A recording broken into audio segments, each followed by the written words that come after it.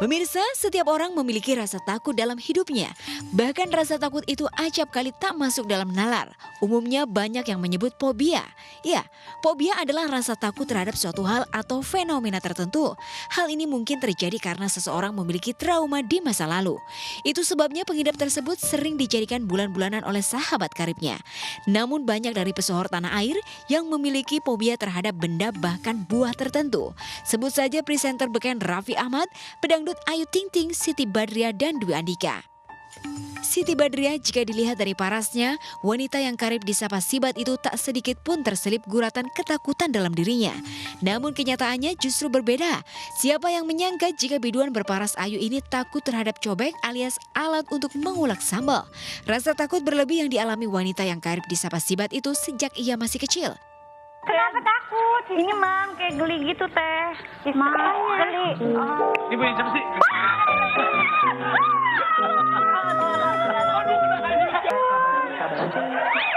Makanya udah. Lu sabar. Nanti juga nggak lu jangan dong sih kasihan. Gue enak banget peluk-peluk.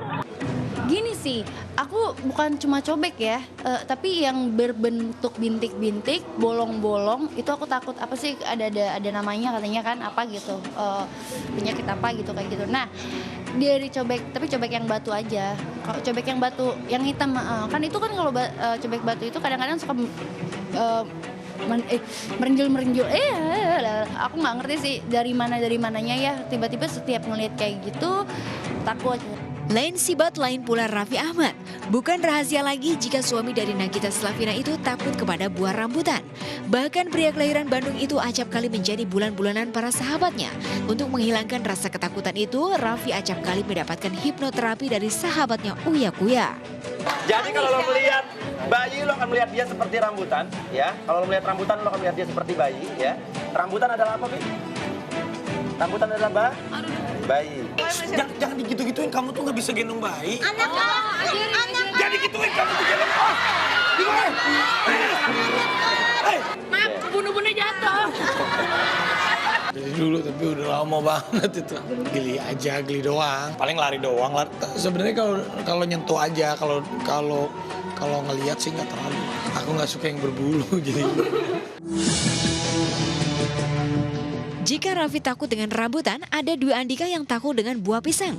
Bahkan ketika tim obsesi memberikan sebuah pisang kepadanya, pria yang karib disapa Dika itu lari menghindar.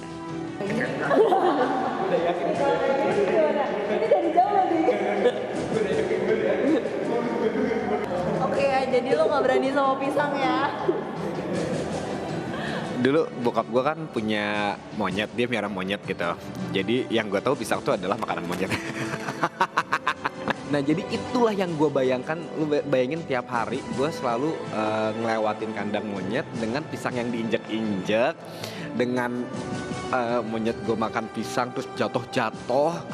Jadi itu pertama apa ya, bisa dibilang kayak jijik lah, kayak jorok gitu, kayak geli gitu.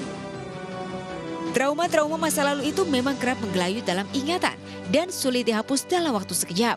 Butuh waktu panjang untuk menghilangkan rasa ketakutan berlebih tersebut. Ayu Ting Ting misalnya yang takut pada anak kucing. Dan anehnya hampir seluruh keluarganya takut pada anak kucing. Tak hanya Ayu, ada Felicia Angelista yang memiliki ketakutan yang sama dengan Ayu. Geli merinding karena dia kan bulu, terus lembek gitu. Saya lagi syuting, kucing lewat, sekat langsung.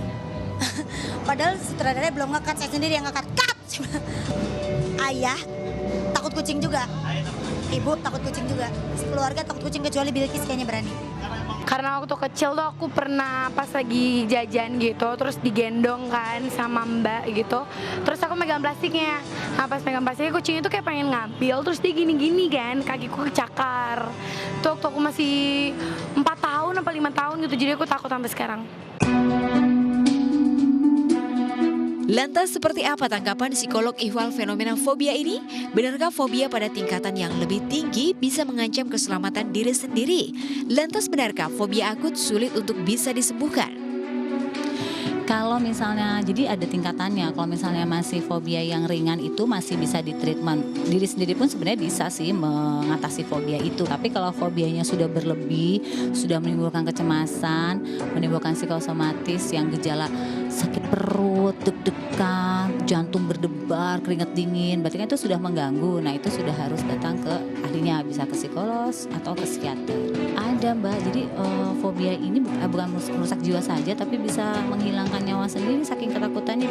Lantas bagaimana upaya para selebriti untuk menghilangkan atau meminimalisir ketakutan tersebut?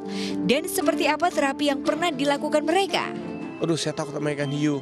Akhirnya waktu baru latihan, baru mulai belajar scuba diving, diajak berenang di dalam itu yang di Ancol tuh, yang ikan-ikan hiu di dalam, jadi pegangan sama kayak stingray yang besar itu, iya di belakangnya gitu dibawa, terus ada ikan hiu juga, jadi udah akhir ketakutannya hilang sendiri. Gue udah pernah coba, bahkan kemarin pun gue sempat melakukan treatment juga di mana gue memaksakan untuk memakan pisang gitu ya. Dan kayaknya tuh kan karena lengket ya, lembek gitu, jadi kayak ditelan tuh kayak lama banget gitu, kayak ini nggak bisa ya. Fobianya gue tuh adalah bukan karena dibikin-bikin, tapi emang ketidaksukaan gue sama pisang gitu aja sih.